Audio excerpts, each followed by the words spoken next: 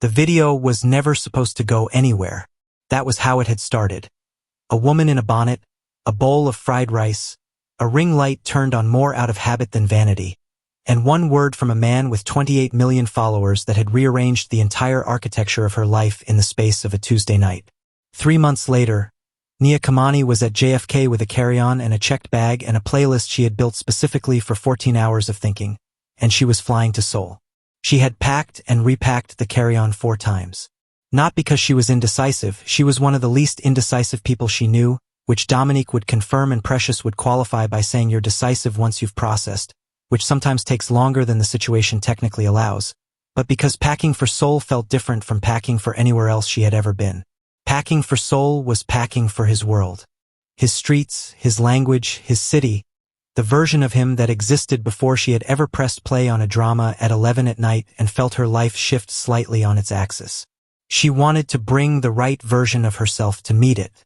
"You're overthinking the clothes," Dom had said, from her position on Nia's bed on the morning of the packing, chin in her hand, watching the wardrobe crisis with the calm of someone who had paid for good seats to this particular show and was getting their money's worth.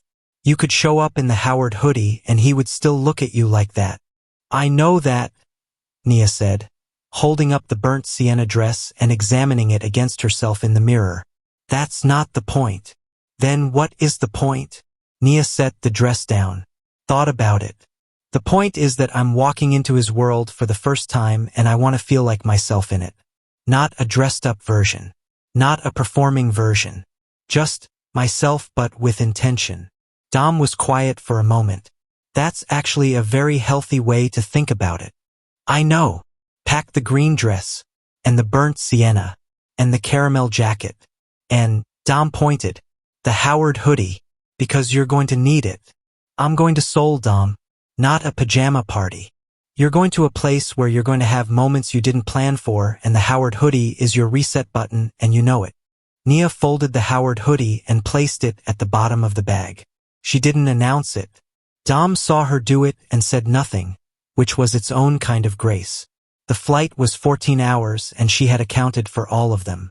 She had a playlist built in 3 sections.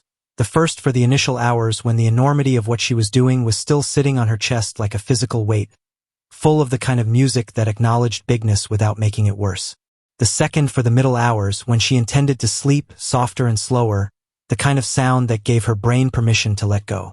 The third for the final stretch, the approach, the reorientation, music that said you are arriving somewhere and you are ready. She had films downloaded. She had her notebook. She had her skincare in a clear bag organized with a specificity that Precious had once described as impressive and slightly alarming. What she had not accounted for was the feeling that settled in somewhere over the Pacific. Not anxiety, not exactly, but something adjacent to it, the particular weight of moving toward something significant. She pressed her face against the window and looked at the dark nothing of the ocean below and thought about 14 hours as a unit of time and what it meant that she was spending all of them traveling toward a man who had bought bananas 2 days in advance so they would be ripe enough to bake with when she arrived. She had not told him that detail had undone her. She was telling him when she got there. The silk bonnet went on somewhere over Japan. She did not consult the businessman in the aisle seat about this decision. He had the aisle and his business class amenity kit and his noise-canceling headphones.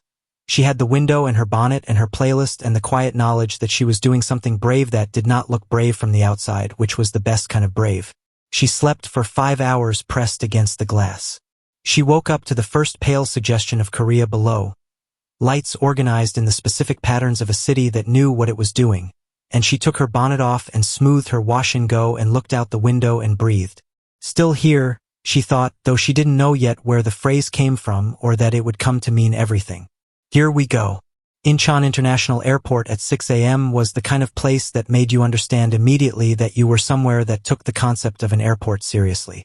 Vast and efficient and humming with the specific energy of a transit point that processed the world without breaking a sweat. Announcements layered in Korean and English and Mandarin, the floors clean enough to reflect the overhead lighting, the signs clear and consistent and trustworthy in the way that good infrastructure is trustworthy, which is to say quietly and without drama. She cleared customs with the slightly dazed efficiency of someone running on 5 hours of plain sleep and the specific alertness of arrival adrenaline, collected her checked bag, stood for a moment with both bags and took a breath that was about more than oxygen, and then walked through the final set of automatic doors into the arrivals hall. She saw him before he saw her. He was standing at the barrier, not with a driver, not behind a security detail, not with Suyin and a tablet and a plan. Just him. Standing in a dark green coat over a cream knit sweater, hands in his pockets, hair slightly unstyled in the specific way of someone who had been awake since before the city fully decided to be awake, watching the doors with the focused patience of a person waiting for one specific thing among a general flow of things. And then the doors had opened and he had found her in the crowd. She watched it happen, watched his eyes move and then stop moving, watched the thing that happened to his face when it stopped. And it was the same thing it had been in New York, the same thing it was every time, this expression that had nothing managed about it, nothing performed, just a man who was genuinely, specifically glad to see her walking toward him. She crossed the arrivals hall. "Hi," she said when she reached him.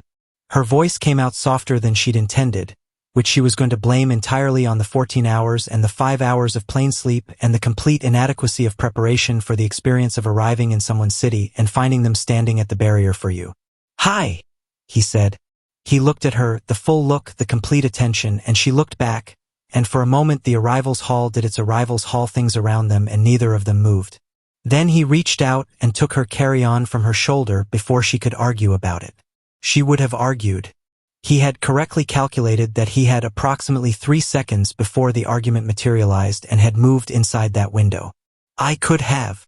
I know," he said, and turned slightly so she could see his expression, which was entirely unrepentant. She was going to say something about this. She opened her mouth and then he looked at her face.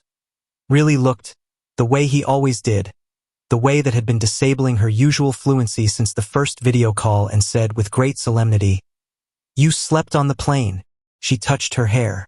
The bonnet was long gone, had been since before customs, but 4 hours against an airplane window had left its particular archaeology on her edges. A slight compression on one side, the faintest evidence of the bonnet's presence.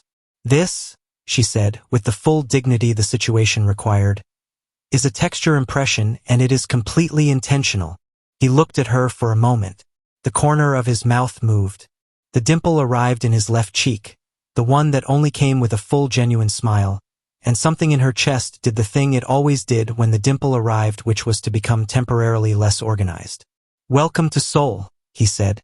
She looked at him, at the vast clean arrivals hall behind him, at the pale early morning light coming through Incheon's enormous windows, Seoul beyond them just beginning its day with the confidence of a city that had been doing this for a very long time.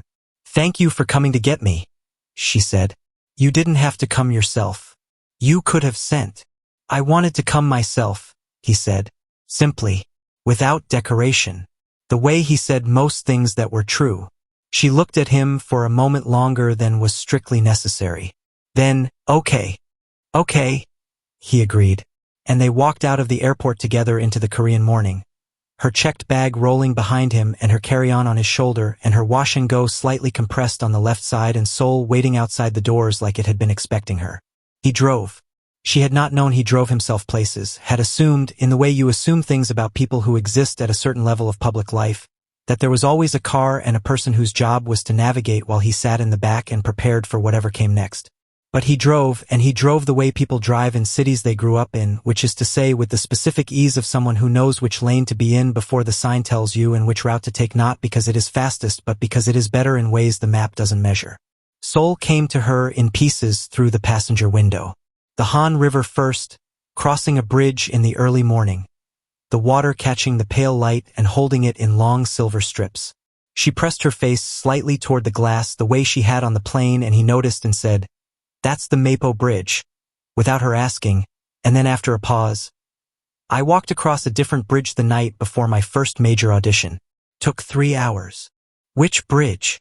"The Dongjak. Farther south." He kept his eyes on the road.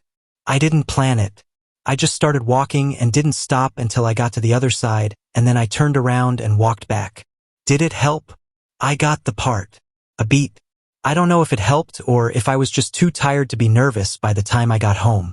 She turned from the window to look at his profile, the clean, strong jaw, the slightly wide forehead, the way the morning light hit the golden undertone of his skin. He was looking at the road, but there was something in his expression that was open in the early morning way, the way people are open before the day has fully required them to be anything specific.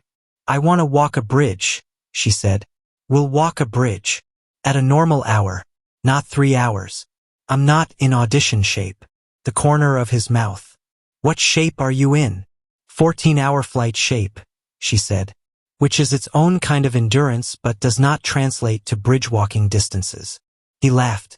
Not the surprised laugh she had first heard on a phone call 6 weeks into knowing him, but something more settled than that. The laugh of someone who had accumulated enough evidence to know that she was going to keep doing this, keep finding the exact angle that made it worth laughing, and had decided to simply let himself enjoy it.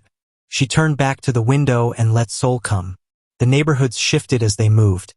The scale of the river and the bridges giving way to streets with more texture, more personality. The specific visual language of a place where modern and older sit alongside each other without a great deal of negotiation. She cataloged things through the glass. A row of convenience stores, each glowing their particular blue-white morning light. A pajamica being set up by a man who moved with the efficiency of decades of repetition. A stairway between 2 buildings that led upward into something she couldn't see from the street and immediately wanted to know about. What's up those stairs? She asked. He glanced. A small park, and a view of the neighborhood that nobody photographs because it requires the stairs and most people don't take the stairs. We're taking the stairs. We're taking the stairs, he agreed. The apartment was in Mapogu, on a quiet street that felt residential in the specific way of somewhere people actually lived rather than somewhere that had been designed to suggest people lived there. She had expected a hotel and he had explained 2 weeks before the flight why it wasn't a hotel, the logic of it, the protection, the difference between a lobby and a door that locked, and she had understood and appreciated both the explanation and the fact that he'd given it. What she had not expected was the kitchen. He carried her bags in and she followed and he said, I'll show you around. And there wasn't much to show. The apartment was not large, serviced and clean and furnished with the functional warmth of a space that had been lived in by various people and had absorbed something from all of them. But when they reached the kitchen, she stopped. The counter held a bag of coffee, not a generic bag, the specific kind, the one she had mentioned once briefly in a video 8 months ago as the best she'd ever had and hadn't found consistently since, and a bowl of fruit and eggs and bread and a bunch of bananas. The bananas were perfect. Golden, just beginning to spot, the exact ripeness that takes days of patient waiting to arrive at. She stood in the kitchen doorway and looked at the bananas. You stocked banana bread ingredients, she said.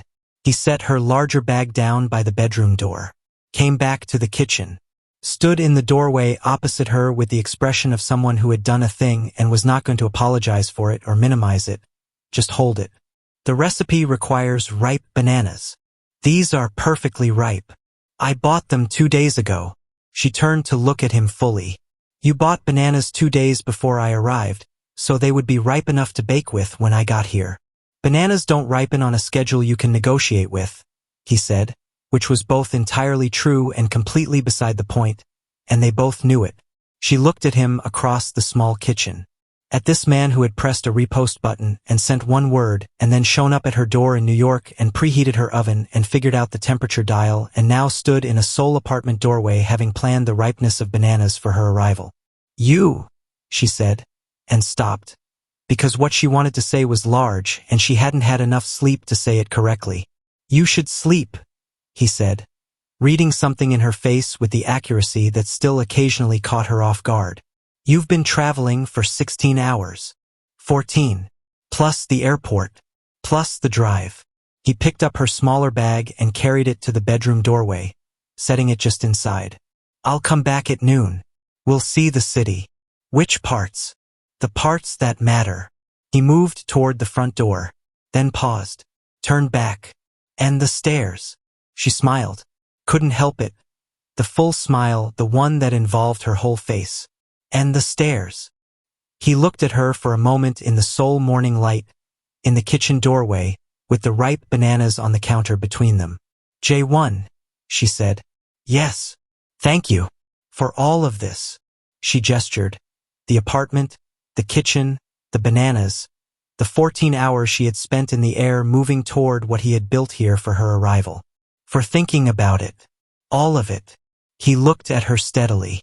You came 14 hours, he said. The bananas are the least I could do. He left.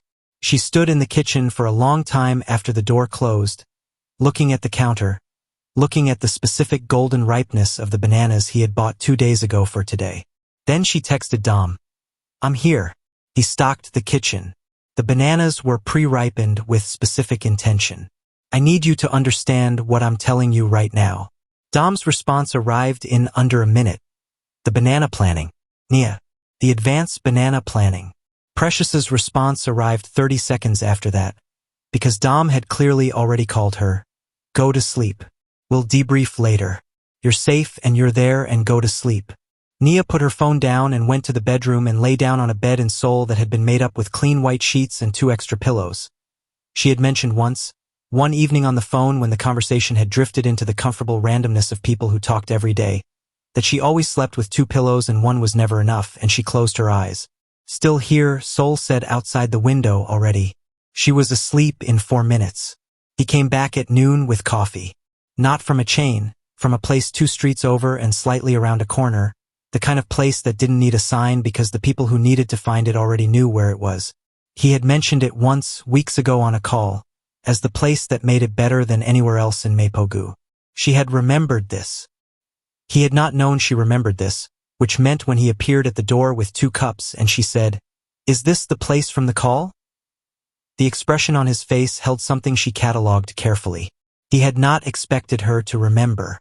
You remembered, he said. I remember things you tell me, she said, taking the cup. That's how conversations work. He looked at her for a moment in the way he sometimes did when she said something that landed somewhere specific in him. Then, you look. She had been awake for an hour. Had done her skincare with the deliberateness of someone who understood that skincare was both self-care and armor. Had done her edges with the patience they deserved. Had put on the deep emerald wrap dress because Seoul felt like the green dress, warm and decided and entirely herself, with the gold hoops and the white sneakers because the city was meant for walking and she intended to walk all of it.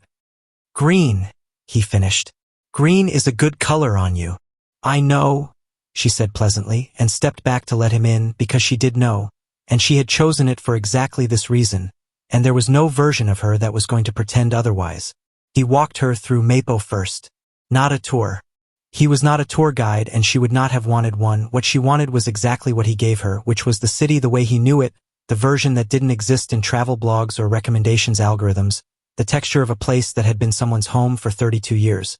He walked beside her rather than ahead of her. She noticed this, the way he matched her pace, adjusted for her natural rhythm without comment, as if walking beside someone was simply what walking was and the alternative hadn't occurred to him. He pointed things out as they passed. A bookshop that was technically a cafe but mostly ignored the cafe part, a small gallery in a building that had been 4 different things before it was a gallery, a wall where the paint had been layering for 20 years and had arrived accidentally at something beautiful. Do you walk here a lot? She asked. When I need to think. He glanced at a convenience store as they passed, the way people glance at things they have passed 1,000 times and still register. Walking is how I process. I learned that during the first year of the industry when everything was too loud and too fast and the only thing that helped was putting my feet on the ground and moving. Me too, she said. My neighborhood in Brooklyn. I walk when I'm... She thought about the word. Organizing. Organizing, he repeated, as if he was placing the word somewhere useful. When things are too much or too complicated or too good, actually. Both directions. Walking organizes it into something I can put language on. He looked at her sideways.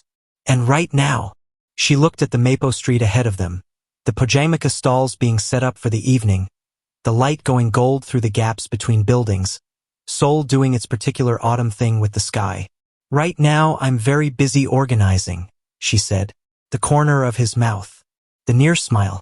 She had a whole internal taxonomy of his expressions by now and this one was near the top.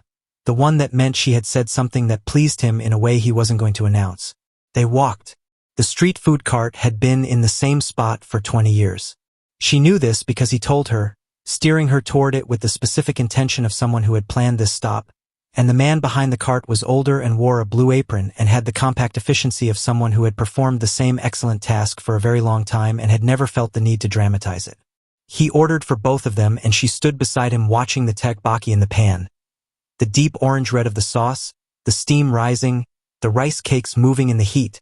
And when the man handed her the container and the wooden skewer, she looked at it and then at Jae-won and said, "How spicy?" "Honest answer? Always. Very." "Okay," she said, and ate it. The first bite was a revelation and also, briefly, a physical challenge. The heat arrived a second after the flavor. The flavor first, deep and complex and slightly sweet beneath the fire, and she managed it with the expression of someone undergoing something significant and choosing to continue anyway. "Well," he said. She ate another piece. "It's extraordinary. Even with the, especially with the." She gestured at the heat happening in her mouth. "This is the kind of thing that makes you understand why people talk about food the way they talk about music. Like it's doing something to your nervous system, not just your tongue." He said something to the cart owner in Korean and the man laughed and said something back and Jae-won translated. "He says you have excellent taste and that most people look like they're suffering." "I'm not suffering," she said firmly, reaching for another piece. "I'm having an experience." The cart owner said something else. Jae-won listened and then looked at her with an expression that was trying to be neutral and was not quite achieving it. "He says you should come back tomorrow." She looked at the cart owner. He was already making her more. She decided she loved Seoul. The Han River in autumn afternoon was something she was not prepared for. She had seen photographs, had searched Seoul on purpose and then stopped herself because she wanted the real thing to land without the preview. But photographs of the Han were like photographs of the ocean in that they conveyed the shape of the thing without the scale of it, without the specific quality of standing beside that much water and feeling the city reorganize itself around its presence. They walked the path along the bank in the gold of 4 p.m., the river on one side and the city on the other, cyclists and joggers and couples and families moving around them with the ease of people who came here all the time and therefore didn't need to make a thing of it. She let herself feel it without immediately turning it into content, which was something she had been practicing, the discipline of experiencing something fully before thinking about how to share it. 3 years of making content had created a reflex she was sometimes required to override, the reflex that reached for the camera before the feeling had finished arriving. "What are you thinking?" he asked. "I'm doing the thing where I stop myself from immediately thinking about how to describe something," she said. "Trying to just feel it first." He nodded slowly. "I do that with scripts. The first read has to be just reading. If I start thinking about the character before the story has finished arriving, it interrupts something." "Exactly." She looked at the river. "The description can wait. The feeling has to come first." They walked in silence for a while, the good kind, the kind that had become comfortable between them somewhere around week 3 of daily calls and had never gone back to requiring filling. "Tell me something about Seoul that tourists don't know," she said eventually. He thought about it. She watched him think. The slight inward turn of his expression. The pause that meant he was actually consulting something rather than reaching for the nearest available answer. "The city sounds different at 4 a.m., he said finally. "Not quiet, it is genuinely never quiet, not even at 4 a.m. But the sound changes its quality. Like the city is saying something different. Something it only says to people who are awake when most people aren't." She turned to look at him. "What does it say?" He considered. "Something like still here, like a reminder. All the noise and pressure of the day and still here, still standing, still itself." He paused. "I find it steadying. On the nights when I can't sleep, I come to the river and I listen to it, and by the time I walk home something has settled. Still here." She held the phrase. It had the quality of something that would come back. She could feel it in the way certain things announce themselves as important before you'd finished hearing them. "I want to hear it," she said. "The 4 a.m. version." He looked at her. "You want to be awake at 4 a.m. in a city you arrived in this morning. I want to hear the thing the city says when it thinks most people are asleep." She met his eyes directly. "Take me. 3 days from now, when I'm adjusted." Something moved in his expression. Not surprise. He had largely stopped being surprised by her, which she took as a form of respect. But something warmer than that.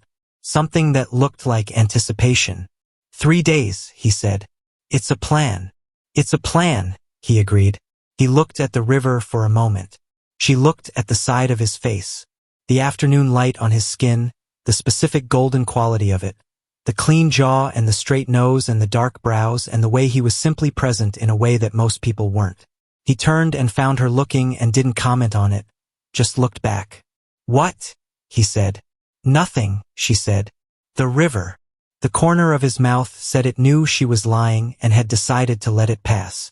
Dinner was a corner table at a restaurant that required reservations made weeks in advance and received them without fanfare, as if the time they had taken to secure the table was simply the correct exchange for what the table offered, which turned out to be entirely accurate.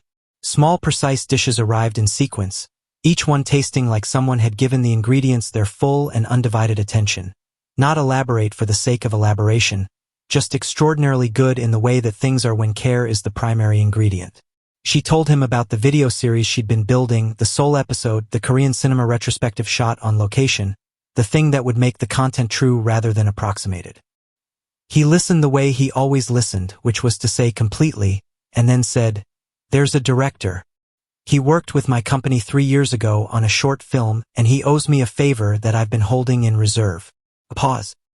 "He offered to walk you through the location where Park Chan-wook shot a specific scene you mentioned in your third video in the series.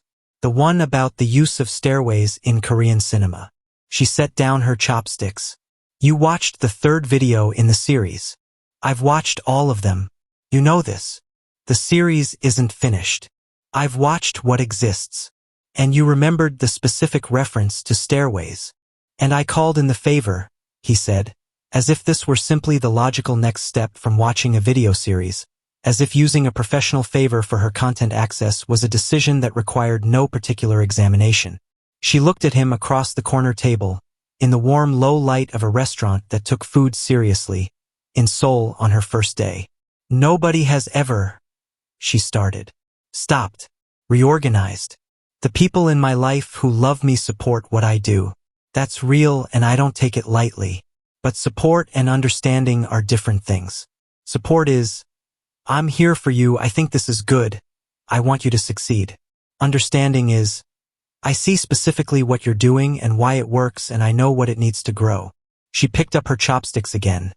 Not because she was going to use them yet, but because she needed something to do with her hands. "You understand it. You don't just support it. I didn't know I was missing the second one until you." He was quiet for a moment. The restaurant did its quiet things around them. "It's the same thing I do," he said finally. "You talk about films the way I think about characters.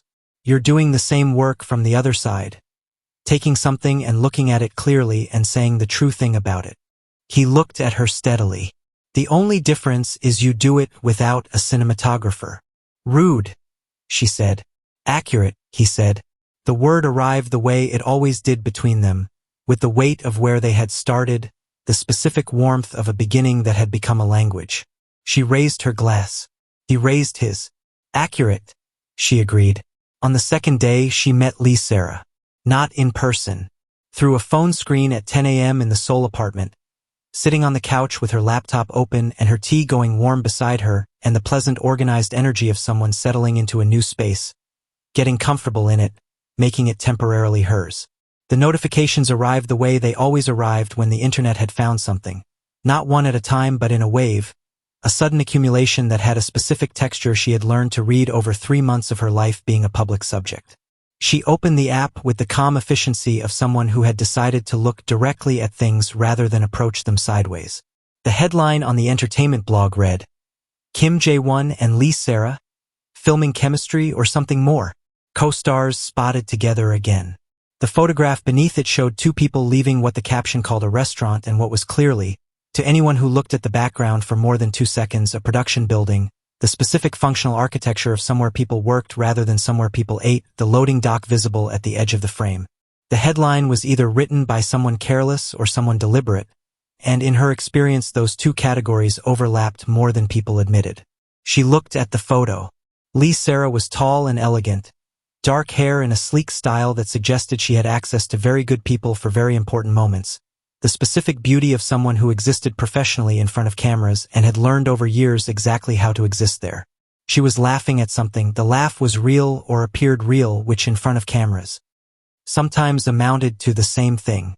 He was not laughing, but he was present, walking beside her with the ease of someone in a professional relationship that functioned well, which it apparently did because he had told Nia himself that she was a strong actress and they had a good working dynamic, and those were the kinds of assessments he gave carefully rather than casually. His hand was not near hers. The crop of the photo suggested adjacency that the full frame likely contradicted. She put the phone down, sat with what she was feeling, which required a moment because it was layered, not jealousy in the simple sense because jealousy required an insecurity she hadn't been given reason to have, but something more honest and more complicated than that. The specific feeling of discovering that the world has a story about someone you care about that you are not part of, a story with a different woman in it, a story that the internet has been building for 6 weeks with fan edits and joint hashtags and comment sections full of people who had decided what it was before anything had actually happened or not happened. She let herself feel it. Didn't perform not feeling it. Didn't rush to the rational response. Just sat in the soul morning and let the feeling be what it was, which was real and human and not evidence of anything except that she was a person who cared about someone and had found information that required processing. Then she picked up her phone and called Precious. "Talk to me," Precious said, which was how she always answered when she knew from the timing that something had happened. "Lee Sarah." A beat of quiet. "I saw. And two people leaving a production building is two people leaving a production building." Steady. Precise. The voice of someone who had made an assessment and was sharing it, not managing her. "What does he say about her specifically?" "He said she's a strong actress and they have a good working dynamic." Nia looked at the window, at the Seoul street below, quiet in the mid-morning. He said it like a fact, not like a managed answer. Like when someone asks you about a colleague and you say the true thing because there isn't a complicated thing to hide. That's a meaningful distinction. "I know. Is there anything he's told you about the press situation around them?" "Not directly. He mentioned the film. He mentioned she was cast well." Nia pulled her knee up on the couch. "The press situation I found myself. Which means he either doesn't know you'd see it. He knows I see everything. Or he was going to tell you himself and hasn't had the opportunity yet." Precious paused. "What's your read?" Nia thought about 3 months of a man who had told her about the management meeting the same day it happened. Who had told her what Director Choi said, word for word, without softening it. Who had said, "I want you to know it was happening so you weren't blindsided about the first situation," and who had demonstrated repeatedly that his default was to tell her things rather than hope she didn't find them. "My read is that he's going to tell me tonight," she said. "Then wait for tonight." Pause. "And Nia." "Yeah. You are in Seoul." He planned the banana ripeness. Keep those 2 facts in the front of the room while the other feelings do what they're doing in the back. Nia exhaled slowly.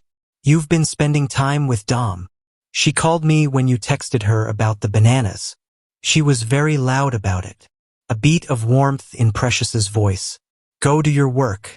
Let tonight be tonight." He came at 6 with the plan for the rooftop and she was ready, and she let the evening begin the way it was supposed to, letting Seoul present itself at the hour when it was most itself, the city going from gold to indigo to the full blaze of its nighttime self. The rooftop in Yongsan was everything he'd described and more. A wide terrace on a building old enough to have earned its views, Seoul spreading in every direction without interruption. The Han visible as a dark ribbon of reflected light to the south, the mountains in the north going silhouette against the deepening sky. She stood at the railing and felt the scale of it land. Not just the view but the city, the actual fact of Seoul, enormous and specific and alive in every direction.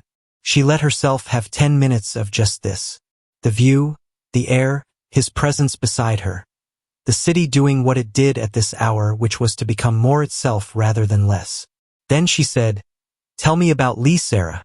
He didn't tense. She was watching for it with the peripheral awareness of someone who had learned to read him, and it simply wasn't there. No shift in posture, no micro-expression of caught.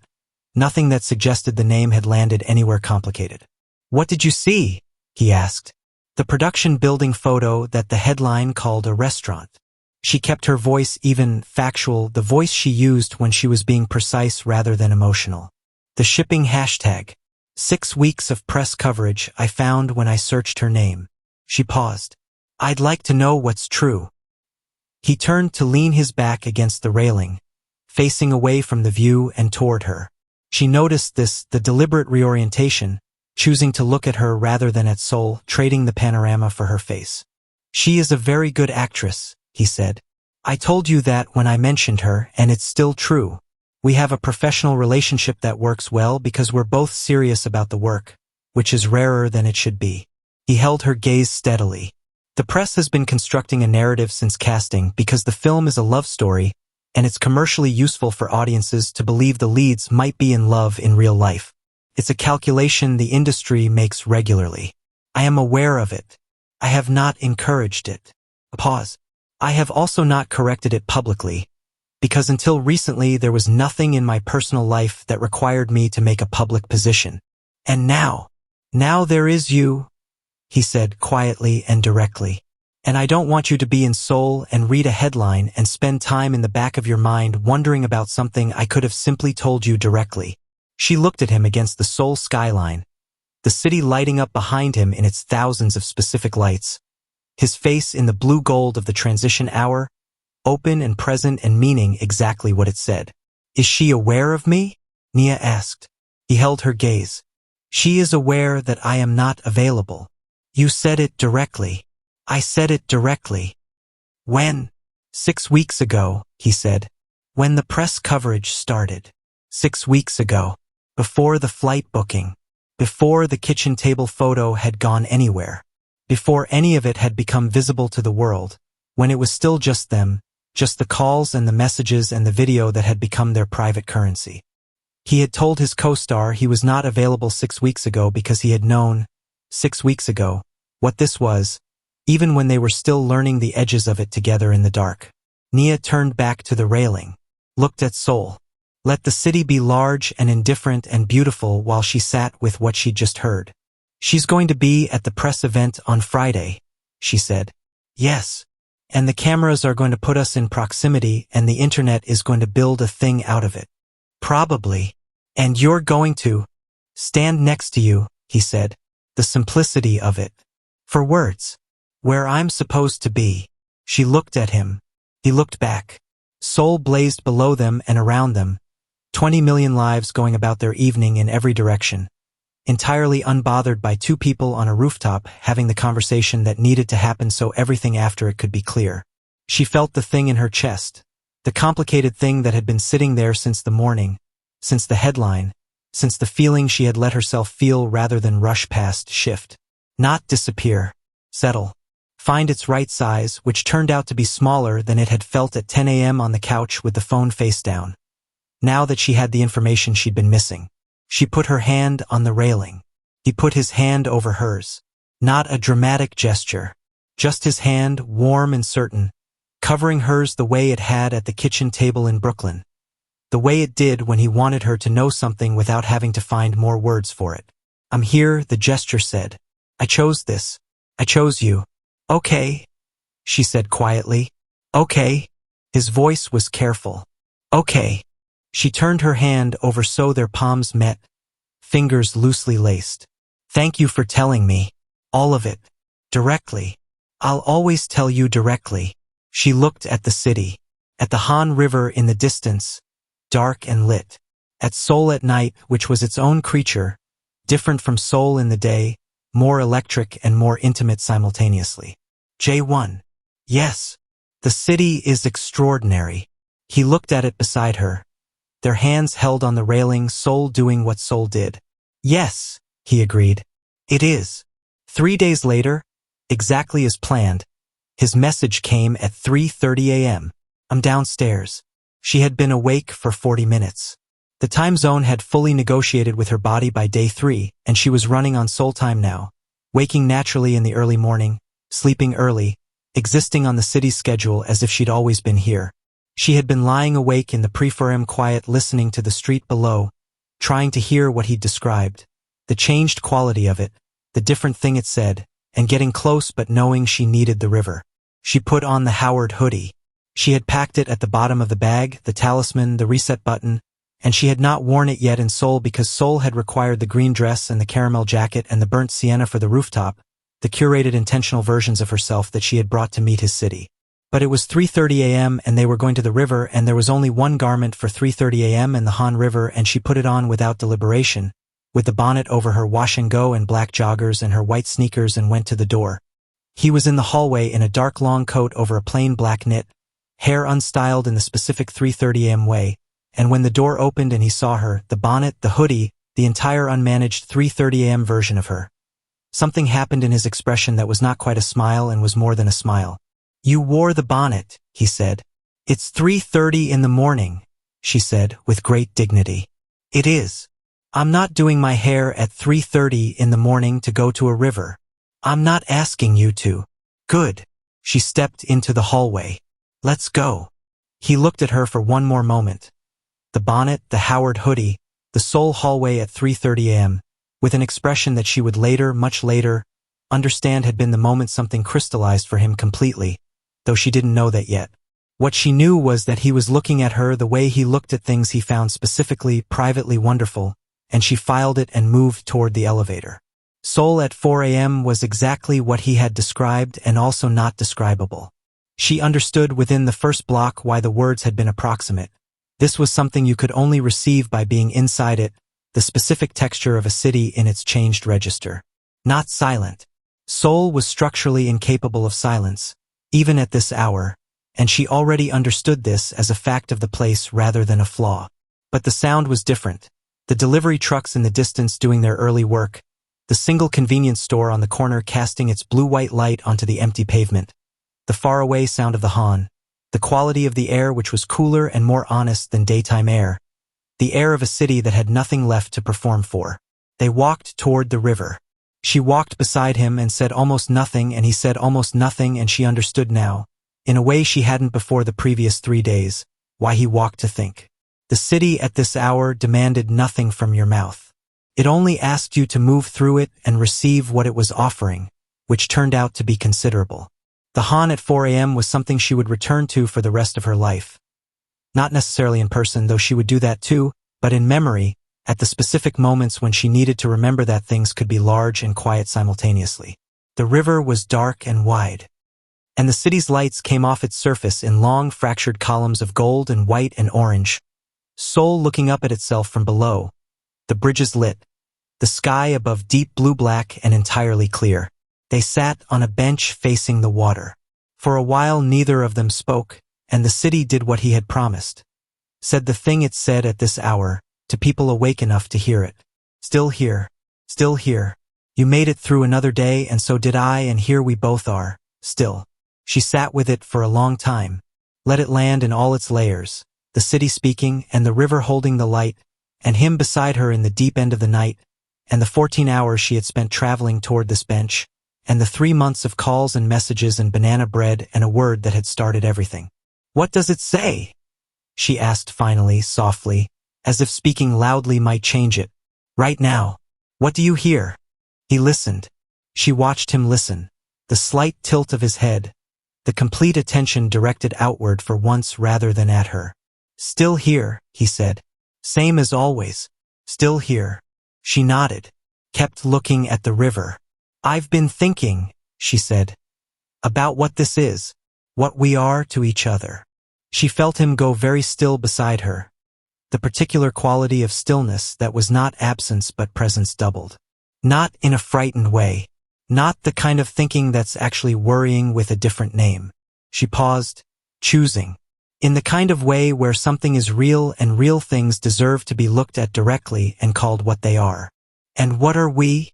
His voice was quiet, river quiet, the voice of someone who was going to receive whatever came next without flinching. She turned to look at him. He was already looking at her. Of course he was already looking at her.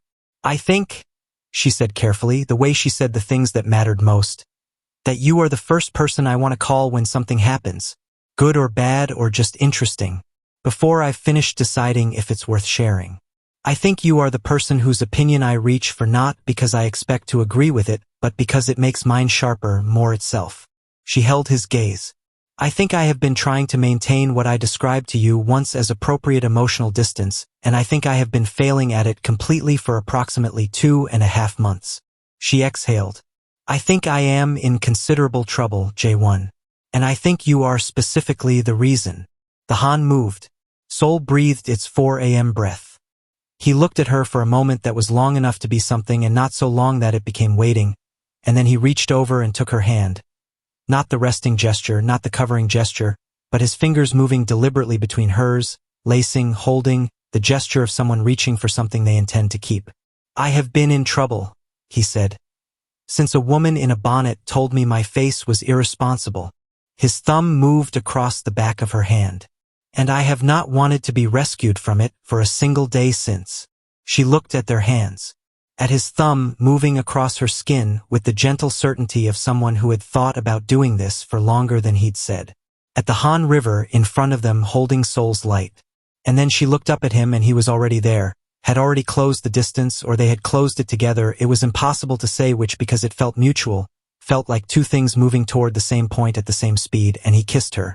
Soft, unhurried. The kind of kiss that had been arriving for a long time and knew it didn't need to rush now that it was finally here. One hand holding hers, the other coming to her face with the care of someone doing something they intend to do right. His palm warm against her cheek and his thumb gentle at the edge of her jaw and the bonnet above it all, the Howard hoodie, the full impossible ordinariness of it. Seoul held them in its 4 a.m. quiet. The river kept moving. She kept her eyes closed for a moment after, just to keep the feeling before language arrived for it. His forehead came to rest against hers. His hand stayed at her cheek. She could feel him breathing, could feel the slight unsteadiness of it, which she found more moving than steadiness would have been, the evidence that this was landing in him too, that the composure had somewhere beneath it a person who was affected. Still here, she said softly, not to him, to the city, to herself, to the feeling. Still here, he said back, and she understood he meant all the same things she meant. They sat by the Han River as Seoul moved through the last deep hours of its night and into the first suggestion of morning, their foreheads together, his hand at her face, hers still held in his, the city doing the thing it only did when it thought most people were asleep, the lights of Seoul moving on the water beneath them, fractured and golden and continuous. She decided on the burnt sienna dress on Tuesday. Not impulsively, deliberately, with the specific intentionality she brought to the choices that mattered. She stood in the Seoul apartment bedroom and looked at what she'd brought and understood what each option said and chose the one that said what needed to be said, which was, I know who I am and I dressed accordingly and I am not here to be managed. The burnt sienna dress. The gold hoops. Her natural hair in the fullest, most defined version of her wash and go. Coils voluminous and deliberate and absolutely themselves. Understated heeled mules because she was going to stand for several hours and still needed to mean it when she was standing. Dom called for the getting ready portion, which was non-negotiable and had been established as a practice since Nia's first major content event 3 years ago. The dress, Dom said, from her bed in Brooklyn, having been propped up on her phone screen at an angle that allowed her to see everything while remaining horizontal, is perfect. I know. The hoops. I know. The hair, Nia. Dom. I know, Nia said, and she did know, which was the point. She looked at herself in the mirror. Deep brown skin, gold catching the light, natural hair doing exactly what natural hair did when you had spent years learning what it needed and giving it that, and felt the particular calm of a woman who has put on the right thing for the right moment and knows it. How are you feeling? Dom asked, in the voice she used when she was asking the real question rather than the surface one. Nia considered the mirror. Ready, she said, and then, more honestly, a little like I'm walking into something that will be loud and I've decided to be louder. You're not going to be loud, Dom said. You're going to be present, which in your case is louder than most people's loud without you having to raise your voice at all. Nia looked at herself for another moment. The Howard hoodie is at the bottom of the bag, she said. Just so you know it's there. I know it's there, Dom said warmly. Go be magnificent. Suyin had arranged her arrival separately, and she had agreed to this without entirely loving it. She understood the logic, the way it kept her on her own terms rather than arriving as an appendage to his entrance. But she had made one request, stated simply and directly in a message to Suyin that had been received with what Nia had come to recognize as Suyin's version of approval, which was an immediate and unqualified of course. She wanted them to leave together. Whatever happened inside, however the evening arranged itself, They were leaving together. That was not negotiable, and she had said so clearly, and it had been agreed clearly, and she appreciated that Suyeon did not require the logic explained. The venue was a dramatic space in Gangnam that had been designed to be witnessed. High ceilings and architectural lighting, and the specific aesthetic ambition of somewhere that understood it would be in photographs and had made its peace with being beautiful for a camera. She arrived, was shown inside, and stood for a moment at the edge of the main floor and simply looked at it before it looked at her. Press events had a choreography she had learned to read over the past 3 months of existing in proximity to this world, where the cameras clustered, where the conversations happened for show versus for meaning, how the room organized itself around the people with the most pull, the way attention moved like water toward certain points. She read it with the eye she'd developed making content, the eye that noticed what was actually happening in a room, not just what was being presented as happening. She saw Lee Sarah before Lee Sarah saw her. She had prepared herself for this, not emotionally armored, not distant, but prepared. The way you prepare for a thing you know is coming by deciding in advance who you're going to be when it arrives. She looked at Lee Sarah with the honest, clear eye of someone gathering information. The photographs had been accurate in the obvious ways. The height, the elegance, the polished presentation of someone who had spent years learning exactly how much of herself to give a room. She moved through the event with the ease of someone in their element, which she was, and the composure of someone who had learned that composure was a professional asset, which it was. And then Lee Sarah's eyes moved across the room and found Nia and stopped. The look lasted 3 seconds. Maybe 4. Nia held it directly, did not look away, did not soften it into something less, did not perform indifference. Just looked back with the same calm she brought to everything she chose to face directly, which was everything. In the look, and she would think about this later, alone, with some appreciation for the complexity of other women's interior lives. She read several things simultaneously. I know who you are. And I have been aware of you for longer than you might think. And underneath both of those, something more human and less competitive than either. I understand what this is now, and I am adjusting to understanding it. Nia nodded. Once. Slightly. The nod of acknowledgement between two people who both understood the situation completely and were choosing dignity over theater. Lee Sarah nodded back. And that was the entire conversation. And it was enough.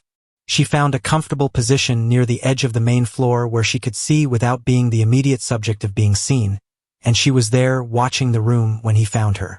She saw him coming before he reached her, saw him finish a press exchange and then scan the room with the specific quality of scan that was looking for one thing among many, and then stop scanning, and then move with the direction of someone who knew where they were going. He crossed the room and she watched him cross it, and she thought about a woman in a bonnet who had pressed post on a video that was never supposed to go anywhere, and the one word that had found her and everything that had walked through the door that word had opened. He reached her, stood in front of her in the black fitted suit, which had clearly been chosen by people who understood what he looked like in black fitted suits, which was to say extraordinary, which was information she received and stored without allowing it to entirely disable her, and looked at her the way he always looked at her. The full look. The complete attention. You're here, he said. I said I would be. He looked at her. The dress, the hair, the earrings, the full intentional presence of her in this room, and said, quietly enough for only her, You look extraordinary. I know, she said, and then softer, because she was not immune to him, even when she was trying to maintain operational composure. Thank you. He stayed beside her. For the entire evening. Not attached, not performing, not making a spectacle of proximity, just beside her, present and proximate, the way someone stands next to something they have decided is where they are supposed to be. When the room required him, he moved through it with his professional ease and came back. When introductions happened, he made them without fuss. When cameras found them together, he didn't arrange his face, just looked the way he looked, which was like a man standing next to someone he had chosen, which was both simple and, given the room they were in and the 6 weeks of press coverage about someone else and the management meeting that had happened 3 months ago and the directive about appropriate distance, which had been quietly set aside somewhere around week 4, an enormous statement delivered without raising his voice. She straightened his lapel at one point. She hadn't planned it. His jacket had shifted slightly, the lapel catching, and her hand moved before she'd finished deciding to move it. Just her fingers at his chest for a moment, straightening the fabric, the most domestic gesture in the least domestic room. She felt him go very still when she did it. She looked up and found his expression and had to look back down at the lapel immediately because what was on his face was too much to receive in a press event venue with cameras in her peripheral vision. "There," she said to the lapel. "Thank you," he said to her, in a voice that was not about the lapel. Suyin appeared at his elbow midway through the evening and spoke quietly, and he listened and then spoke back, and she made the expression Nia had come to identify as, "I think this is more complicated than you're treating it, but I'm going to facilitate it anyway because you've made up your mind," and then disappeared. "The press window," he said to Nia. "I know." She had seen the journalist, had identified her earlier, noted the scheduled positioning, understood what was coming. "She'll ask about my personal life. They always do. I'm going to answer." Nia was quiet for a moment. "You don't have to." "I know I don't have to." He looked at her directly. "I want to. My silence has been its own statement for long enough, and the statement it's been making is one I'm no longer interested in making." He held her gaze. "Not because you need me to say anything. You don't. You've been saying everything that needs to be said entirely on your own, better than I could. But because it's true and I would like to say it." She looked at him. Found what she always found, the complete absence of performance, the man who meant what he said every single time. She reached up and smoothed his lapel again. This time it didn't need smoothing. This time it was just her hand at his chest for a moment, her palm flat, feeling him there. "Go say something true," she said. The dimple arrived in his left cheek. "I'll be right back," he said. The clip circulated within 45 minutes. Kim Jae-won. Is there anything you'd like to address regarding the public attention on your personal life recently? And he had looked at the camera. Not at the journalist, at the camera, as if he was talking to whoever was going to watch this, and said, "There is someone. She is brilliant and funny, and she talks about things as if they matter, because they do. She came to Seoul this week, and I took her to the Han River at 4 a.m. and she wore her bonnet, which I want the record to reflect." A pause. The dimple. "I am very happy. That's what I'd like to address." She watched it on her phone standing slightly off the main floor, and then watched it again, and then put her phone away and looked for him across the room and found him already looking back at her from where he stood, and the expression on his face was the one she kept in that internal archive, the one she would keep there for a very long time. The clip hit 40 million views before midnight. The comments were, as always, a mixture. They were always going to be a mixture. The internet was constitutionally incapable of responding to anything with a single voice, and she had made her peace with this some months ago on a bathroom floor in Brooklyn. But the majority, the loud, joyful, cross-cultural majority, said some version of, he put it on record that she wore her bonnet to the Han River. He is not recovering from this, and neither are we. They left together. Through the front entrance, not a side door, not a managed extraction, the front entrance, his hand at the small of her back for a moment as they moved through the door, the cameras outside catching it with the chaotic enthusiasm of cameras that have been waiting for something and have now received it. The night air of Gangnam hit her face. She looked straight ahead. "Okay," he said quietly, walking beside her toward the car. "More than okay," she said. She did not look back at the venue or at the cameras or at anything behind them. She looked at the Seoul night ahead, at the lit streets, at the city going about its enormous life in every direction. Still here, it said. Still here, she thought back. She made the video on Saturday morning. She had known she was going to make it since Thursday, had felt it gathering the way content gathered when it was real rather than constructed, the feeling of something that needed. Saying accumulating until it had enough weight to become a video. She didn't script it. She never scripted the ones that mattered. She set up the ring light in the Seoul apartment, sat down, looked at the camera.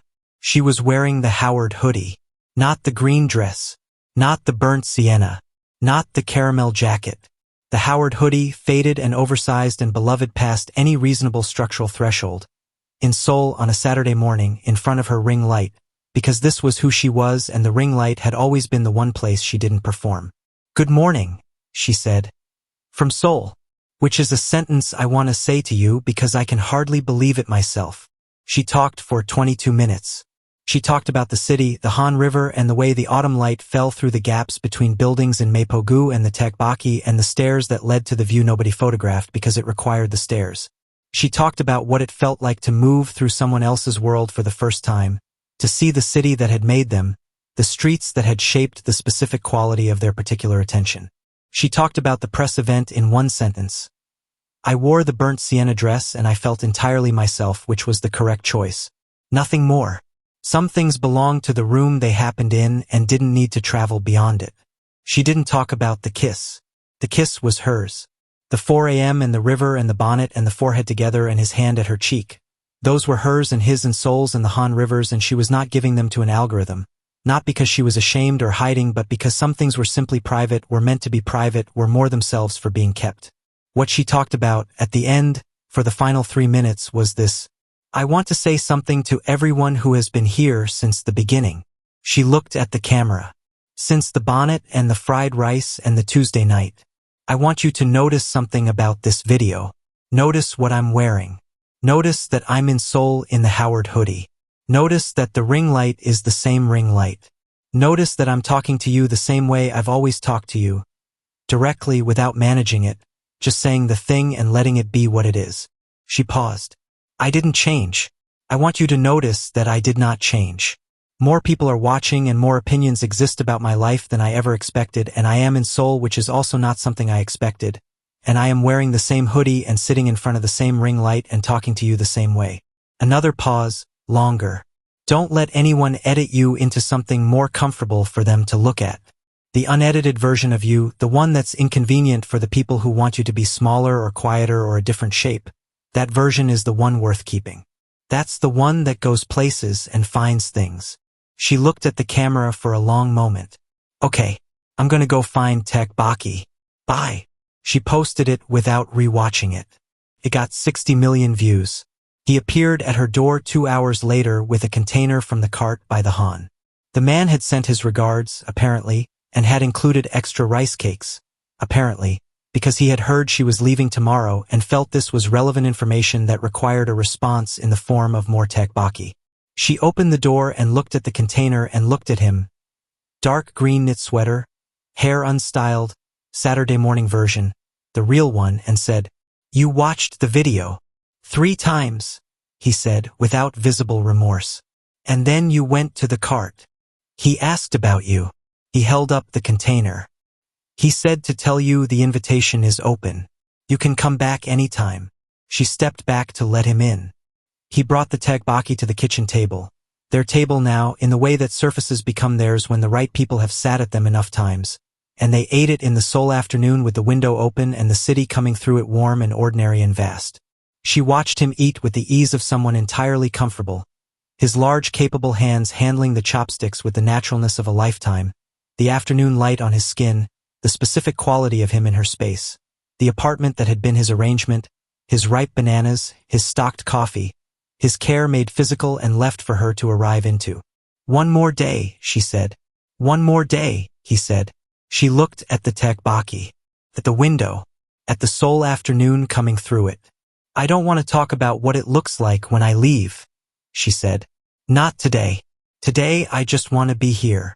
Then we won't, he said. Simply. No negotiation required.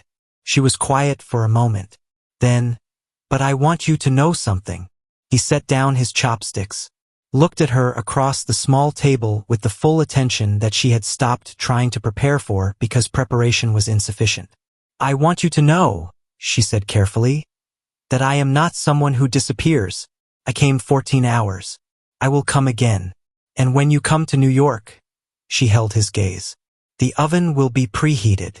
Something moved through his expression.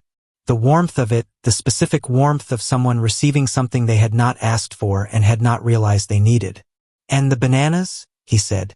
I will buy them 3 days in advance, she said seriously. 3 days is excessive, he said. 2 is sufficient. I want to give myself a margin. Bananas don't require a margin. I'm not willing to risk underripe bananas. The risk is minimal. J1. Yes.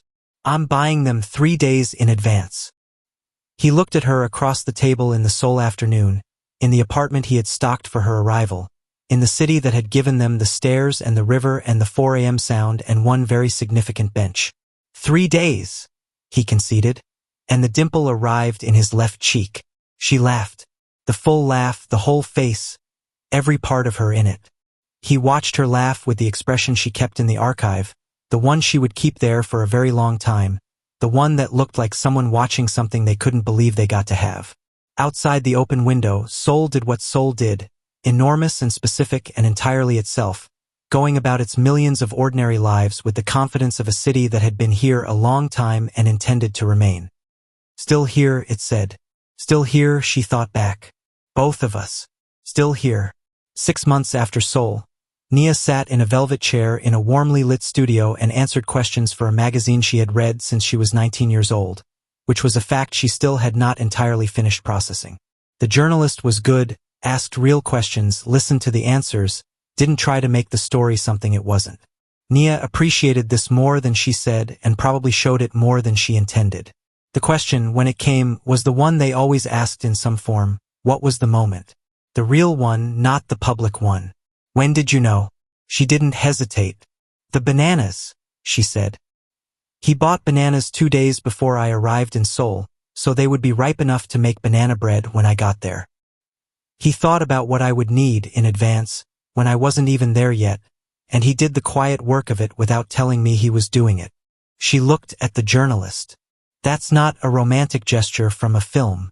That's not the big moment or the speech or the dramatic thing. That's a person paying attention to what you like and caring enough to act on it before you arrive. That's who he actually is. Everything else, the repost, the DMs, all of it was how it started. The bananas are who he is. The journalist asked him the same question separately.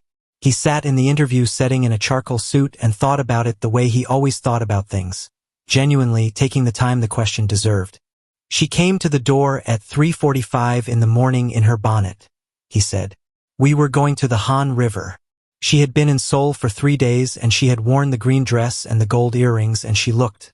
The word I would use is intentional. She had come to my city and she had brought the intentional version of herself to meet it. And that was beautiful. He paused. And then at 3:45 in the morning she came to the door in her bonnet and the university hoodie and her fuzzy socks and she was completely, entirely, without any arrangement, herself. The private version. And she didn't think about it for even a second, didn't consider it, didn't make a decision about it. It was just what you wore at 3:45 in the morning when you were going to a river. He was quiet for a moment. That's trust. That's someone who is not performing for you even slightly. And I thought, he stopped, started again. I thought, this is the person. This is who she actually is, and she is letting me see it, and that is the thing I have been looking for without knowing what to call it. The journalist wrote in her notes very quietly, accurate. The profile was published 6 weeks later. Accompanying it, a single photograph, not from the press event, not from any managed moment. A photograph taken by no particular person at no particular time, caught rather than arranged. 2 people on a bench by the Han River, the city behind them and the water in front of them and their hands held between them, both of them looking at the river, both of them wearing the expressions of people who are simply, quietly, completely at peace. The caption read, "Still here." The comments on Nia's page when she shared the article were everything joyful and warm and loud in the way of people who had been watching something real unfold and were glad to have been watching. She read all of them. She always read all of them. And then she put her phone down on the table, the small Brooklyn kitchen table, the same one, the original one, where a container of banana bread sat cooling, made from bananas that had been bought 3 days ago because she had decided on a margin and she was keeping it. He was in the other room. Had flown in yesterday. Was reading a script on her couch with his shoes off and his hair unstyled and the quiet domestic ease of someone who had learned the specific geography of her apartment. Which light switch was which, where the extra blankets lived, that the temperature dial on the oven ran 4 degrees hot. She looked at the banana bread. She looked at the doorway. She thought about a Tuesday night and a bonnet and a bowl of fried rice and one word that had been, in retrospect, the beginning of absolutely everything. The bread is ready, she called. I know, he said from the other room. I've been waiting. You could have come and gotten it. I was waiting for you to offer. That's very patient of you. I'm a patient person. She cut 2 slices and carried them to the living room, and he looked up from the script and looked at the banana bread and then looked at her and said, 3 days? 3 days, she confirmed. The dimple arrived. She sat beside him on the couch in the lamplight in Brooklyn in the Howard hoodie because it was a Sunday and Sundays were for the Howard hoodie, And he took his slice and went back to his script, and she picked up her phone to check her comments, and they sat there in the ordinary extraordinary lamplight of an evening that was not significant in any way that would make a headline and was the most significant kind of thing there was. Outside, Brooklyn did what Brooklyn did. Inside. Lamplight, banana bread, a script, a phone, two people who had found each other via the most improbable sequence of events and had decided, quietly and completely, to stay. Still here, the city said outside. Still here, they both were. To be continued in part 3, because Nia and J1 are not finished yet. Not even close. For at Cuban Island Girl, at ace_carat, and everyone who said part 2 had to happen, it did. And it gave us everything. Thank you for watching. If you enjoyed the story, leave us a comment. Also like, share and subscribe to our channel, and click on the notification bell to get notified whenever a new story is made.